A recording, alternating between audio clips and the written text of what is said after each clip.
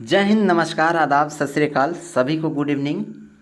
जैसा कि आप सभी लोगों को पता है कि हर शनिवार को मैं आप लोगों के बीच हर शनिवार को आप लोगों के बीच मैं जो कानून से रिलेटेड जितने भी हैं, जैसे आपके आपके जीवन से रिलेटेड जितने भी कानून हैं, वो मैं हर शनिवार को लेकर के आता हूँ। तो आज भी आप लोगों के बीच, आज रात 8 बजे आप लोगों के बीच मैं ये लेकर के आया हुआ हूँ, जिसमें न्यू क्रिमिनल्स लॉ बने हुए हैं। बीएनएस यानी भारतीय न्याय संहिता, बीएनएसएस या बीएसए, ये जो तीनों कानून हैं, जो भारतीय न्याय संहिता यानी और भारतीय नागरिक सुरक्षा संहिता और भारतीय साक्ष्य अधिनियम, ये तीनों जो हैं वो आपके बहुत ही काम के हैं, इम्पॉर्टेंट हैं, आपके जीवन के लिए ज़रूरी है, दिनचर्या में आपको हर जगह काम आएगा।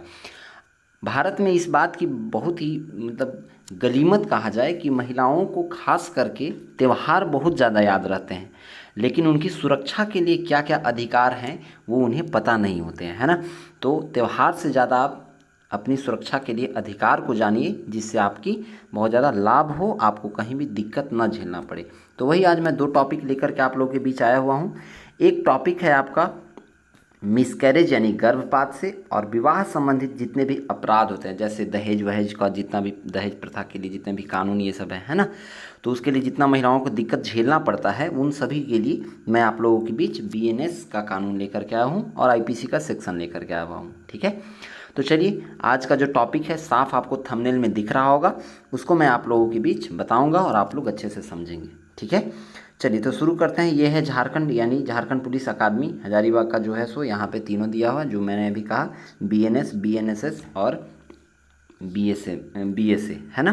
तो ये 2023 में जो है सो ये बना हुआ था, 1 जुलाई 2024 से ये लागू हो चुका है। ठीक है, इसमें धारा उपधारा उसके संबंधित क्या क्या दंड है, मतलब क्या क्या सज़ा मिलेगा सो, और कौन न्यायालय उसे दंड देगा, उन सभी चीज़ों की जिक्र इस बुक में की हुई है, इस किताब में। ठीक है, चलिए तो अच्छा, इनमें गाइडेंस जो है सो यहाँ पर शैलेंद्र कुमार सिन्हा आईपीएस हैं और रोहन गुरिया जो हैं एएसपी हैं, उनके द्वारा किया गया है। यही यहाँ पर मैं लेकर के आया हूँ, ये देख रहे हैं आप लोग। और ये भारतीय न्याय संहिता 2023 के तहत ये 1 जुलाई 2024 को ये लागू हुआ था। ठीक है, यहाँ पे बताया हुआ सारा चीज़। अब चलिए मैं टॉपिक आप लोगों के बीच आज दो टॉपिक मैंने जैसा कि कहा, अध्याय 5 है, यहाँ पर आप देख रहे होंगे। ठीक है, ये अध्याय 5 है, मैं इसे जूम कर देता हूँ ताकि आपको समझ में आए। आप अगर ध्यान से देखें तो यहाँ क्या है, अध्याय 5 में महिला और बालक के विरुद्ध अपराधों के विषय में, लैंगिक अपराधों के विषय में जो है यहाँ पर दिया हुआ है, जैसे रेप, बलात्कार, ये सब जितना भी चीज़ें यहाँ पे बताया गया है। तो आज का टॉपिक ये नहीं है हमारा, हमने इन सभी चीज़ों को से आगे बढ़ करके पिछले क्लास में मैं इस टॉपिक को बताया था, महिला के विरुद्ध आपराधिक बल और हमले के विषय में। ठीक है, तो ये मैं बता चुका हूँ अच्छे से। इसके लिए देखिए इधर बीएनएस की धारा दिया हुआ है ना, भारतीय न्याय संहिता, और इधर आईपीसी यानी इंडियन पेनल कोड के जो है सो सेक्शन दिया हुआ है। तो आप दोनों तरफ देख सकते हैं कि बीएनएस की धारा 74 इधर लगेगी और इधर आईपीसी की धारा 354, वो दिया हुआ है सारा। आज का जो टॉपिक है मैं उस पर लेके चलता हूँ। चलिए, तो आज का पहला टॉपिक है आपका विवाह से संबंधित अपराधों के विषय में। सबसे पहला टॉपिक यही है। इसमें विवाह संबंधित जितने भी अपराध होते हैं उसके बारे में हम लोग चर्चा करेंगे। जैसे सबसे पहले आता है दहेज। जैसे ही विवाह की बात आती है तो विवाह में सबसे पहला क्या आता है बाबू, दहेज आता है। ये बात जान लीजिए आप, है ना। मैं हर एक घर के गार्जियन से भी मैं गुजारिश करूँगा कि जितने भी लोग हैं इस वीडियो को देखें और इस बात को समझें कि आप जिस बेटी को पैदा करने के बाद आप इस बात को समझते हैं कि पैदा होने के बाद से ही आप पैसा जोड़ना शुरू कर देते हैं दहेज के लिए, है ना। जो पैसा आप जोड़ना शुरू कर देते हैं, आप बस अपने मेंटालिटी को बदलिए और इसी पैसा को दहेज के लिए नहीं बल्कि अपनी बेटी की सफलता के लिए लगाइए। आपकी बेटी दहेज ले करके नहीं, दहेज दे करके नहीं, दहेज ले करके शादी करेगी, है ना। ये ध्यान रहे। तो आप लोग से भी गुजारिश है कि आप जो पैसा है वो दहेज के लिए ना जोड़ें। आप जो पैसा आप अपने घर में जितना भी आप कमा रहे हैं, जो भी कर रहे हैं, आप अपनी बेटी की सफलता में उस पैसा को लगाएं, जिससे कि वो मेहनत करके आगे जाए, है ना। चलिए, तो हम लोग फ़िलहाल उसी दहेज प्रथा की बात करेंगे जिसमें कई महिलाओं को मार दिया जाता है, मौत के घाट उतार दिए जाते हैं, कई लोगों को रातों रात जला दिया जाता है, मिट्टी का तेल छिड़क के दर जला दिया जाता है। उसके लिए क्या क्या कानून है, आप इस बात को ध्यान से समझिएगा जितने भी महिलाएं हैं, क्योंकि आपको ज़्यादा काम आने वाला है ये। ठीक है, चलिए, तो आप यहाँ देखेंगे कि बीएनएस यानी भारतीय न्याय संहिता की धारा 80 कहती है कि दहेज मृत्यु यानी डॉरी डेथ, अगर किसी महिला का दहेज के कारण मृत्यु कर दिया, मार दिया जाता है उसे, है ना, दहेज के कारण उसे ससुराल में मार दिया जाता है, तो उसके लिए आईपीसी की धारा 304 बी या फिर बीएनएस की धारा 80 उस पर लगती है, और उसके लिए उस घर के परिवार के लोगों को दंड दिया जाता है, जिसमें 7 साल का आजीवन कारावास हो सकता है ना। 7 साल तक आप जेल में रह सकते हैं, वो भी आजीवन कारावास, मतलब आप 7 वर्ष तक के लिए आपको कहीं भी बाहर नहीं जाने दिया जाएगा। इसमें 3 तरह से हो सकते हैं। अच्छा, इस चीज़ को लगाने वाला कौन हो सकता है भाई? ये सज़ा कौन देगा? तो सेशन कोर्ट देगा। कौन देता है सज़ा? सेशन न्यायालय देगा, सेशन कोर्ट देगा। अब यहाँ पर 3 बातें आई, संज्ञेय, अजमानतीय और अश्मनीय। आप इस तीनों बातों को समझिए। जैसे 7 साल तक तो उसका आजीवन कारावास हो गया, तो संज्ञेय, अजमानतीय और अश्मनीय क्या है, इस बात को समझिए। देखिए, संज्ञेय का मतलब ये होता है, मैं इसको भी लेकर के आया हूँ, आप ध्यान से देखिए, मैं यहाँ नीचे लेकर के आया हुआ हूँ। देखिए, संज्ञेय का मतलब ऐसा अपराध होता है, यहाँ देखिए ध्यान से समझिए, जिसे हम लोग कॉग्निजिबल कहते हैं। ऐसा अपराध जिसके लिए पुलिस अधिकारी बिना वारंट के किसी को गिरफ्तार कर सकता है और अदालत के आदेश के बिना जांच शुरू कर सकता है। समझ गए आप? मतलब अगर कोई किसी महिला को उसके ससुराल में दहेज के लिए उसको जो है सो जला दिया जाए या मौत के घाट उतार दिया जाए, मार दिया जाए उसे, तो वो उसका एक कॉग्निजिबल जो है सो एक अपराध है, ये संज्ञेय अपराध है। और संज्ञेय अपराध का मतलब यही होता है कि पुलिस जो है वो पुलिस अधिकारी बिना वारंट का, वारंट का मतलब कि सूचना, बिना सूचना का, उसको बिना बताए कि हम तुम्हें किस लिए उठा रहे हैं, किस लिए गिरफ्तार कर रहे हैं, वो बिना वारंट का गिरफ्तार कर सकता है और अदालत के बिना ही जांच शुरू कर सकता है कि क्या हुआ था घटना। ठीक है, चलिए, एक और बात यहाँ पर आई थी, आप ध्यान से देखे होंगे तो एक और बात क्या आया? अजमानतीय। अजमानतीय का मतलब होता है नॉन अवेलेबल। अच्छा, इसका भी मतलब क्या है, पूरे अच्छे से मीनिंग के रूप में समझिए आप। देखिए, अजमानतीय का मतलब ये होता है कि वह अपराध जिसमें जमानत नहीं मिल सकती है, ऐसे मामलों में जमानत देना या न देना अदालत के विवेक पर निर्भर करता है। मतलब अगर कोर्ट चाहे, है ना, चाहे वो कोई भी कोर्ट हो, जैसे वहाँ सेशन कोर्ट था, तो सेशन कोर्ट अगर चाहे तो जमानत उसे दे सकता है, और अगर वो नहीं चाहेगा तो जमानत उसे नहीं दिया जाएगा, वो अजमानतीय होता है, नॉन अवेलेबल होता है। ठीक है, चलिए, और एक और आपको बात यहाँ पर मिला होगा। एक और बात क्या है आपको देखने को मिला? एक और आपने ये देखा कि अश्मनीय। अश्मनीय का मतलब क्या होता है, इसका मतलब समझिए। देखिए, अश्मनीय का मतलब यहाँ पर देखने को मिलेगा। देखिए, ये जमानती है, अजमानती। ये देखिए, अश्मनीय यानी नॉन कंपाउंडेबल। नॉन कंपाउंडेबल का मतलब ये होता है कि ऐसा अपराध जिसमें पीड़ित, मतलब जिसके साथ घटना हुआ है, पीड़ित पक्ष अपराधी के साथ समझौता नहीं कर सकता है ना। मतलब जिसने अपराध किया है, जिसने उस महिला को मार दिया है, उसके साथ कोई समझौता नहीं किया जाएगा, उसे हम लोग नॉन कंपाउंडेबल यानी अश्मनीय कहेंगे। इन मामलों में केवल अदालत ही फैसला कर सकती है। मतलब एक दूसरे के साथ सुलह नहीं हो सकता है। ये बात, अगर किसी को कोई जला दिया, मार दिया दहेज की वजह से, तो वो बात सुलह एक दूसरे के साथ नहीं हो सकती है। ये मामला जो है सो केवल अदालत पर ही निर्भर करता है कि अदालत ही इसकी फैसला सुना सकती है। ठीक है, चलिए, तो तीनों का मतलब आपको समझ में आ गया होगा। यहाँ पर तीनों का मतलब समझ में आ गया कि असंज्ञेय, अजमानतीय और एक सेकेंड, ऊपर था, हाँ। तो आपने देखा यहाँ पर तीनों का मतलब क्या समझ में आया होगा। संज्ञेय का मतलब क्या होता है, अजमानतीय का मतलब क्या होता है, और अश्मनीय का मतलब क्या होता है। तो 7 साल तक उसको आजीवन कारावास हो जाएगा। नेक्स्ट, और इसको सजा देने वाला कौन होगा? तो सेशन कोर्ट होगा। इसका मतलब आप लोग सभी लोग समझ गए हैं। चलिए, सभी लोग समझ गए हैं तो कमेंट सेक्शन में थम्स अप कर देंगे। अब हम लोग धारा 81, बीएनएस की धारा 81 या आईपीसी की धारा 493 में, सेम वही चर्चा है जो बीएनएस की धारा 81 में है, वही आईपीसी में भी है। तो इसमें क्या है वो समझिए। इसमें कहता है विधि पूर्ण विवाह का प्रवचना से विश्वास उत्प्रेरित करने वाले पुरुष द्वारा कारित सहवास। मतलब समझिए, अगर किसी से आप विवाह कर ली, विधि पूर्ण विवाह की, और उसको आप क्या कर दिया, आपने उसे विश्वास दे दिया, इस बात के लिए उत्प्रेरित कर दिया कि हम तुमसे शादी करेंगे, है ना। आप उससे शादी करेंगे और उसको वो करके, और उसमें आप कुछ ना कुछ उसके साथ किए, जैसे कोई भी किसी तरह से संबंध बनाया आपने, किसी तरह से कोई आप उसके साथ फिजिकल रिलेशन बनाया, तो आप विधि पूर्ण विवाह का तो प्रवचन दे करके इसे विश्वास भी दे दिए, उत्प्रेरित कर दिए, और उसको करने पर पुरुष द्वारा जो भी काम किया जाता है उसको सजा मिलता है। उसको सजा क्या मिलेगा? आप किसी महिला के साथ गलत करके और आप ऐसे ही भाग नहीं सकते हैं, ऐसे ही नहीं निकल सकते हैं, तो उसके लिए सजा आपका क्या है भाई?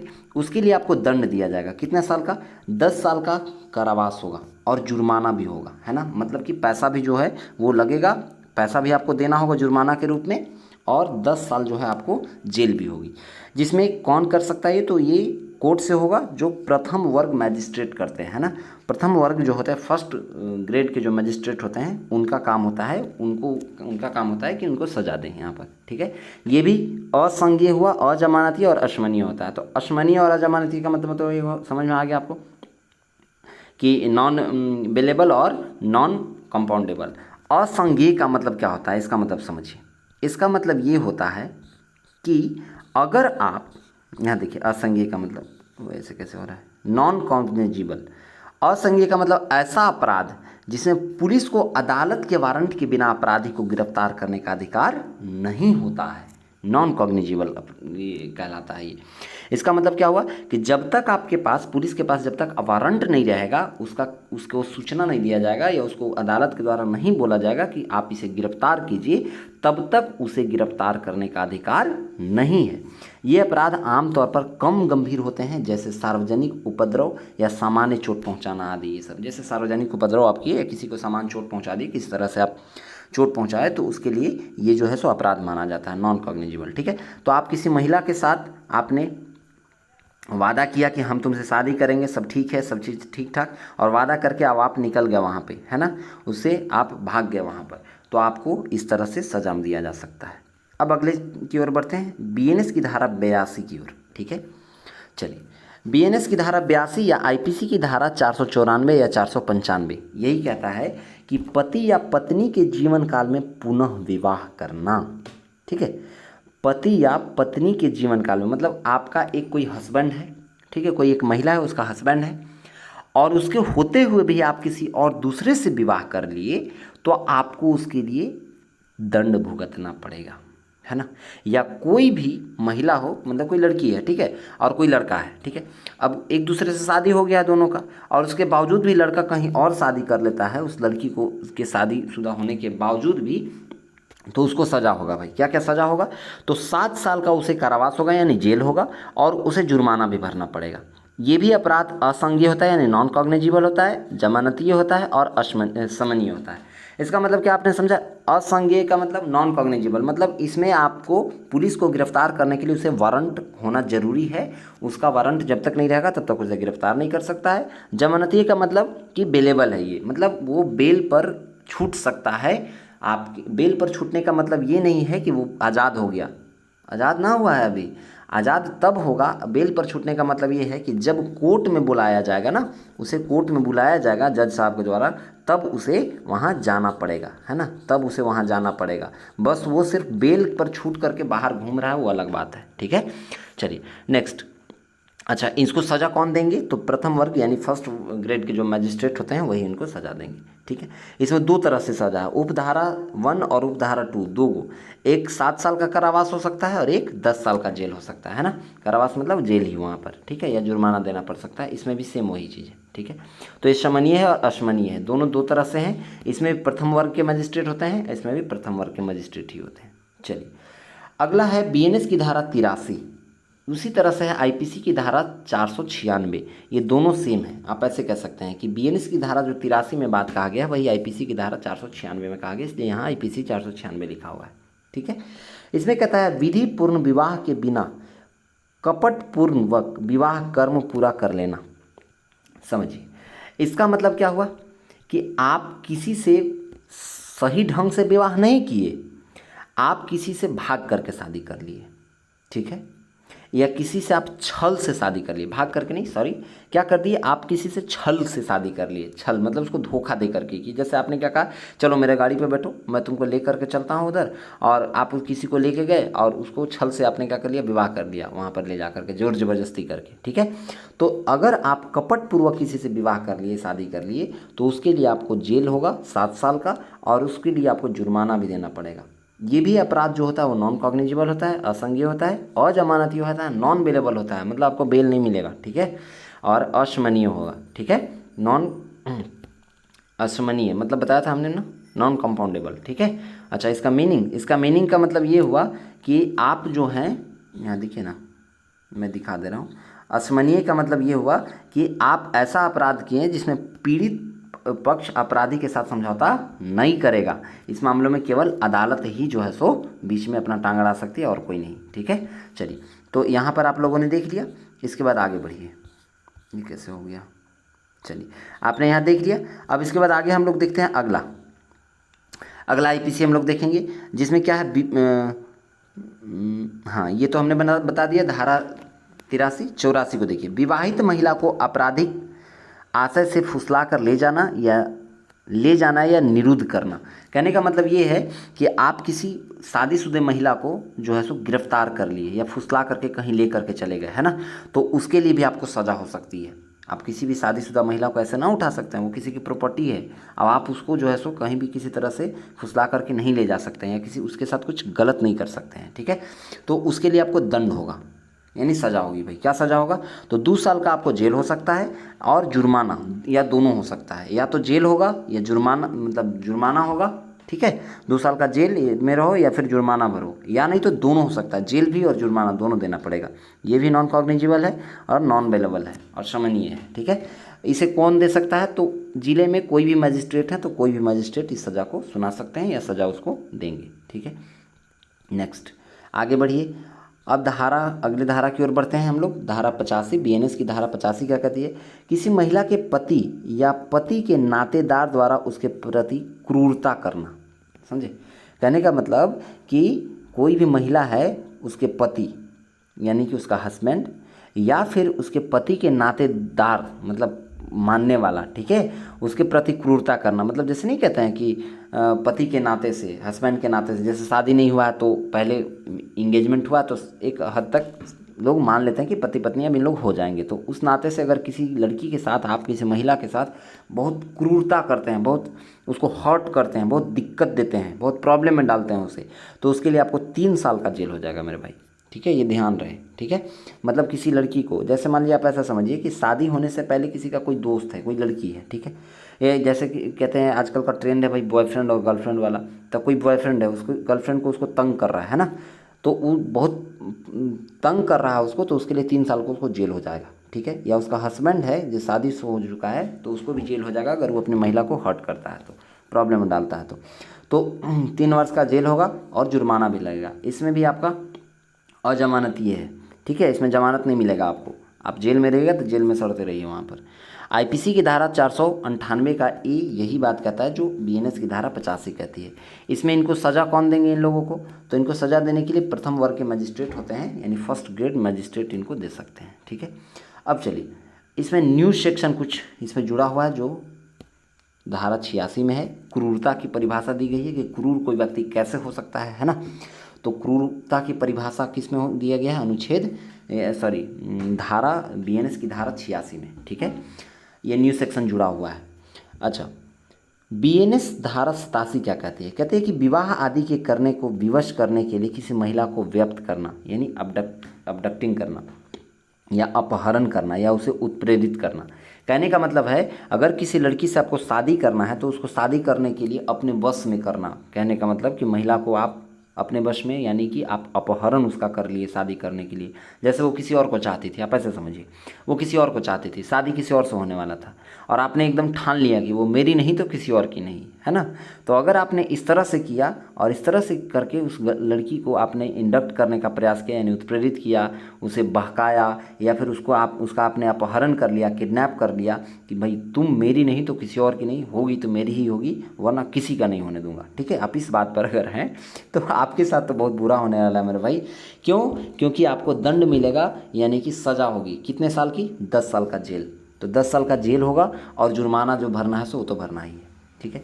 इसमें अजमानती होगा। आप ऐसा मत सोचिए कि आप निकल करके ऐसा करके आप निकल जाइएगा। आपका नॉन अवेलेबल वारंट इशू हो जाएगा। और नॉन अवेलेबल ऐसा वारंट होता है, मतलब आपको पुलिस एक बार उठा ली ना, तब बेल मिलबे नहीं करेगा जब तक कोर्ट ना कहे, ठीक है।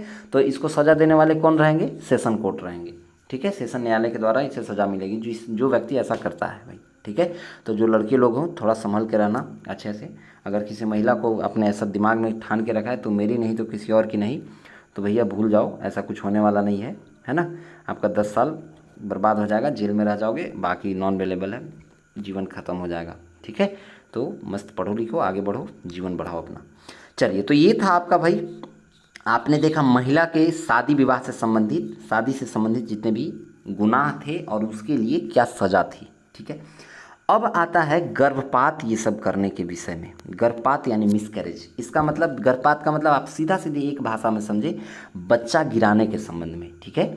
अगर कोई अबॉर्शन करवाता है, यानी मिसकैरेज करता है, गर्भपात करवाता है। गर्भपात का मतलब आप ऐसा कह सकते हैं कि कोई व्यक्ति किसी को ज़बरदस्ती करके बच्चा को गिरवाने के लिए कह रहा है, ठीक है। इस तरह से कोई प्रेग्नेंट लेडी है और उसके साथ कुछ उसको कह रहा है कि ना भाई तुमको बच्चा गिरा देना है, तो इस तरह से गर्भपात कराने के लिए भाई उसके लिए सज़ा है। आप ऐसा नहीं करवा सकते हैं, उस महिला के साथ आप इस तरह से नहीं कर सकते हैं। ये साफ साफ कहा गया है बीएनएस की धारा 88 में कि गर्भपात कारित करना, अगर आप इस तरह का काम करते हैं तो आपको तो पहला बात कि भाग 1 और भाग 2 दो तरह से आपको सज़ा मिलेगा। पहला सज़ा 3 साल का आपको एकदम टटाक से जेल होगा, तय मान लीजिए, ठीक है, या जुर्माना होगा, या दोनों हो सकता है। ये सबसे पहला जान लीजिए, ये नॉन कॉग्निजिबल है। ये जमानतीय है, क्या है? जमानतीय है और शमनीय भी है। लेकिन जमानतीय तब है जब प्रथम वर्ग मजिस्ट्रेट जमानत पर दे दें, आपको बेलेबल वारंट दे दें, आपको कह दें, इशू कर दें कि भाई तुम घूम सकते हो जमानत पर, तुम जा सकते हो, कोई दिक्कत नहीं है ना। अच्छा, दूसरा क्या है? दूसरा सज़ा आपको भाग 2 के तहत कैसा दिया जाएगा? तो 7 साल का जेल हो सकता है इसमें, ठीक है, अगर बहुत संगीन आपने अपराध किया है इसमें तो, और या उसमें जुर्माना भी लग सकता है, ठीक है। ये असंज्ञेय है, नॉन कॉग्निजेबल है, और जमानतीय इसमें भी है और शमनीय है। तो जमानत मिल सकता है, लेकिन ये नॉन कॉग्निजेबल है, ठीक है, असंज्ञेय है। तो प्रथम वर्ग मजिस्ट्रेट जो हैं ये इसको सज़ा सुनाते हैं, यानी फर्स्ट ग्रेड मजिस्ट्रेट जिला में वो रहते हैं, मजिस्ट्रेट वो जो रहेंगे वो वहाँ पर सज़ा देंगे उसे। अगला है अनुच्छेद 89। ये क्या कहता है इसे देखिए, सॉरी, अनुच्छेद 89 बोल रहा हूँ, बीएनएस की धारा 89। ये कहता है महिला की सम्मति के बिना गर्भपात कारित करना। मतलब महिला नहीं चाहती है कि हम बच्चा गिराएं, अब आप चाहते हैं कि बच्चा गिरा दो, मतलब उसकी सम्मति के बिना, मतलब वो चाहती ही नहीं कि ऐसा हो, वो चाहती है कि मैं अपने बच्चे को जन्म दूं, और आप चाहते हैं कि ना, ये बच्चा नहीं होना चाहिए।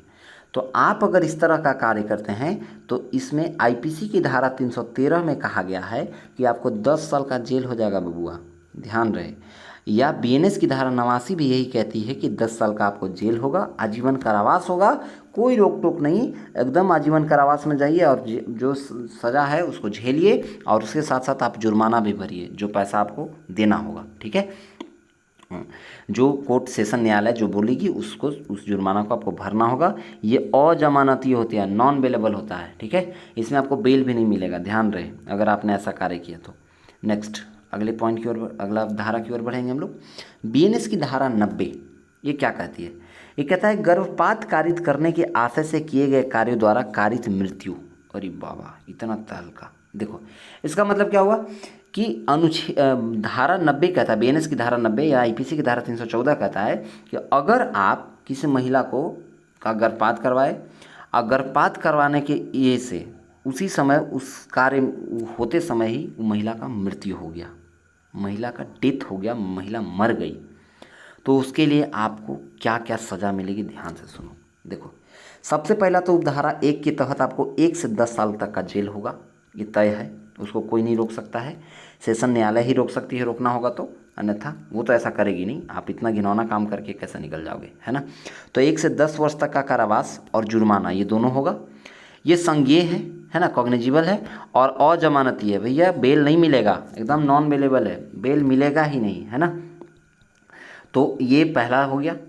दूसरा क्या है भाई, तो दूसरा उपधारा 2 के तहत आजीवन कारावास यथा उपरोक्त, यानी उसमें जो है सो आपको आजीवन कारावास मतलब अपने जीवन भर तक सड़ते रहो जेल में, कोई नहीं रोक सकता, ये सेशन न्यायालय उस पर जो है सो सज़ा सुनाती है, ठीक है। और ये भी नॉन बेलेबल, अब आजीवन कारावास हो गया तो नॉन बेलेबल कहाँ से होगा, ठीक है, अब बेलेबल कहाँ से होगा, नॉन बेलेबल ही रहेगा। नेक्स्ट आगे बढ़ते हैं हम लोग, बीएनएस की धारा 91 को देखते हैं, ये क्या कहता है। बीएनएस की धारा 91 कहता है कि बालक का जीवित पैदा होना रोकने या जन्म के पश्चात उसकी मृत्यु कारित करने के आशय से किया गया कार्य। मतलब समझिए, कहने का मतलब है कोई बच्चा जन्म लिया किसी माँ के गर्भ से, और जन्म लेने के प्रोसेस को ही रोक देना कि नहीं, ये बच्चा जन्म नहीं होना चाहिए, पैदा नहीं होना चाहिए, मतलब अंदर से ही गर्भ से निकले तो मरा हुआ निकलना चाहिए। आपने कुछ ऐसा इंजेक्शन दिलवा दिया डॉक्टर से, या कहीं कुछ आपने उस तरह से कर दिया, या उस तरह का आपने उसको केमिकल्स कुछ दे दिए या दवा दे दिए, या फिर नहीं तो उसके बाद उसको मार देना। जैसे बच्चा जन्म लिया उसके बाद आपने उसे मार दिया, ठीक है। जैसे रावण को ये कंस को डर था ना कि भाई कृष्ण जी लक्ष्य हमको जो है सो वध कर देंगे हमारा, तो जितने भी बच्चा जन्म लेता था वहाँ पर कारावास में, उस सबको उसने क्या कर देता था, वो मार देता था। तो उसी तरह से अगर आप इस तरह का काम करते हैं कि जो बच्चा जन्म ले और उसे आप मार दें, ऐसा काम करें, तो उसके लिए आपको भाई सज़ा मिलेगा 10 साल का जेल या तो जुर्माना, ये दोनों होगा, ये भी हो सकता है। और अजमानती है, ये नॉन बेलेबल है, मतलब आपको जमानत नहीं मिलेगा, ठीक है, सेशन कोर्ट इस पर सज़ा सुनाती है। चलिए इसके बाद अगला बीएनएस की धारा 92, ये क्या कहती है इसे देखिए। बीएनएस की धारा 92 या आईपीसी की धारा 316, ये क्या कहती है, कहती है कि ऐसे कार्य द्वारा जो आपराधिक मानव वध की कोटि में आता है, किसी सजीव अजात बालक की मृत्यु कारित करना। मतलब कोई ऐसा बालक जो उसको आपने क्या कर दिया, मार दिया, जान ले लिया उसका, है ना, या कोई भी मानव उसका आपने वध कर दिया, उसे मार दिया, तो आपको उसके लिए आपको सज़ा मिलेगा, 10 साल का जेल होगा और जुर्माना भी होगा। ये भी अजमानतीय है, इसमें भी आपको जमानत नहीं दिया जाएगा, बेल आपका नहीं होगा, है ना, और अश्वनीय भी है, ठीक है।